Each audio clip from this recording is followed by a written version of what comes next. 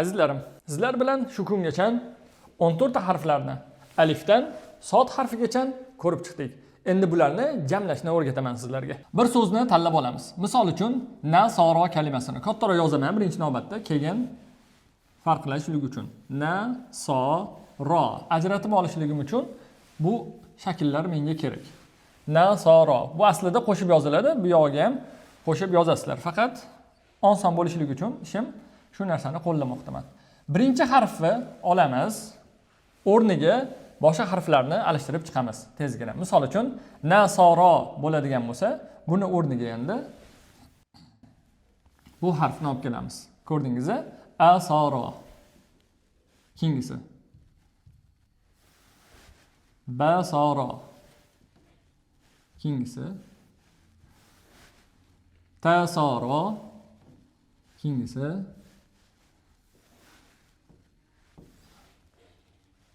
tasoro bo'ldi.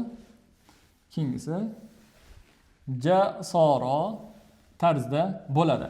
Faqat ularni har bittasini qanday yozishingiz kerak bo'ladi o'zining asli ko'rinishida. Misol uchun asoro oddiy a bilan yoziladi.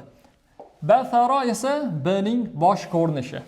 Tasoro esa ikkita nuqta tepada.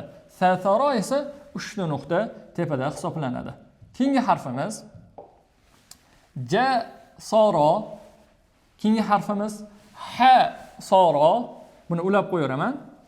Keyingi harfimiz xo soro tarzda. Ko'rib turganingizdek. Da ulanmaydi. Da soro. Keyingisi za soro. Keyingi harfimiz ro. Ro soro. Bu ham ulanmaydi. Hop. Keyingisi za soro. Davom etamiz.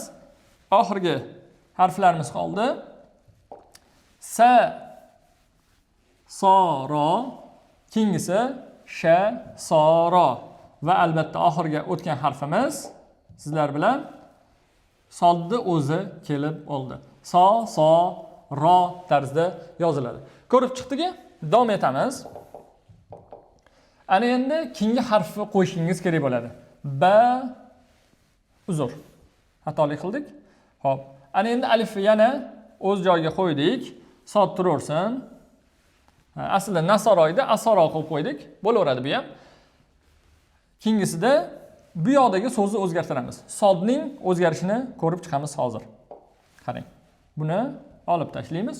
O'rniga birma-bir harflarni keltiramiz. Xuddi shundoq bani, tani, sani, jimni olib kelasiz, faqat o'rta ko'rinishida. Alifni o'rniga boshqa harf qo'yaman, chunki har doim yana boshqa ko'rinishga o'tib qolmasligi uchun qaysi harfni qo'yishni tavsiya qilasiz? U bizga yordam bersin deya nasoro kalimasini qo'yaylik. Nasoro yordam bermoq degani. Hop, nasoro sodning o'rniga bizga boshqa harf kerak bo'ladi. Boshladik. Naasoro. Uzr. Naaro bo'lishligi uchun alifni shu yerga olib kelasiz. Naaro bo'ldi. Keyingisi nabaro. Ko'rdingizmi? B ni olib keldim. Keyingisi nataro. Keyingisi nasaro. Keyingisi esa j ni qo'yib olamiz. J ni yozib olasiz. Agar qo'l beradigan harf bo'lsa, qo'l berib qo'yadi va nuqtasini qo'yamiz. J bo'ladi. Najaro. Ana undan keyingisi naharo. Undan keyingisi hop, nahoro qatlam x bilan. Keyingisi dal bilan n keldi. Dal va undan keyingi ulanmaydi, chunki bular lider harflar hisoblanadi. Nadaro. Ana keyingisi nazaro. Undan keyingisi esa ro harfi keladi. Hop. Naroro. Keyingisi naroza. Davom etamiz. Nasaro. Sa bilan nasaro. Nasharo. Nasharo. Undan oxirgi harfimiz yana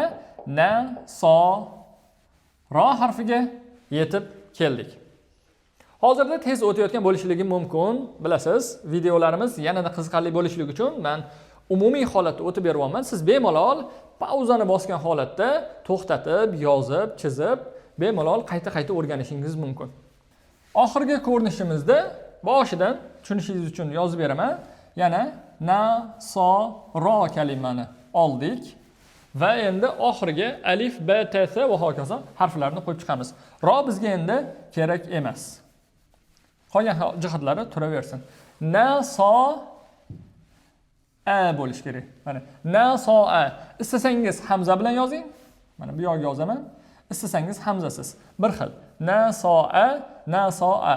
O'zidan oldinga ulanadigan harf hisoblanadi. Xo'p, o'zidan keyingisi ulanmaydi. Xo'p. Davom etamiz. Na, so, ani o'rniga endi na, so, ba harakatini qo'ydik. Keyingisi na, so, ta. Yaxshi. Qo'shilishda davom eting. Na, so, sa. Keyingisi na, so, ja. Jimning o'zining ko'rinishi. Buni juda oson xislati. Oxirgi harfdagi 28 ta harfimizning deyarli barchasi istisnolar bo'lishligi mumkin. Har bitta harf o'zining asli ko'rinishiga qaytadi. Buni hozir sizlarga quyidagicha isbotlab beraman. Na, so, ja turibdi, to'g'rimi? Buni o'rniga hop mana oldik va bironta harfi kopiyalashimiz mumkin. Misol uchun da bo'lishligi mumkin. Kopiyaladik, olib keldik.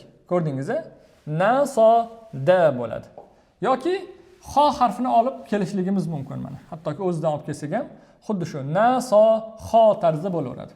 Katta kichiklikda farq qilishligi mumkin. Uni to'g'rilab qo'yasizlar. Keyingisi esa za harfi bo'lishligi mumkin yoki. Bu oson bo'lganligi uchun birma-bir yozib o'tirmadim. Buni har bittasini shu joydan oxiriga qo'yib qo'ysangiz kifoya. Istagan harfingizni bu yo'lga o'tkazib qo'ysangiz bo'ladi va oxirisi na, so bilan bu harf tugaydi.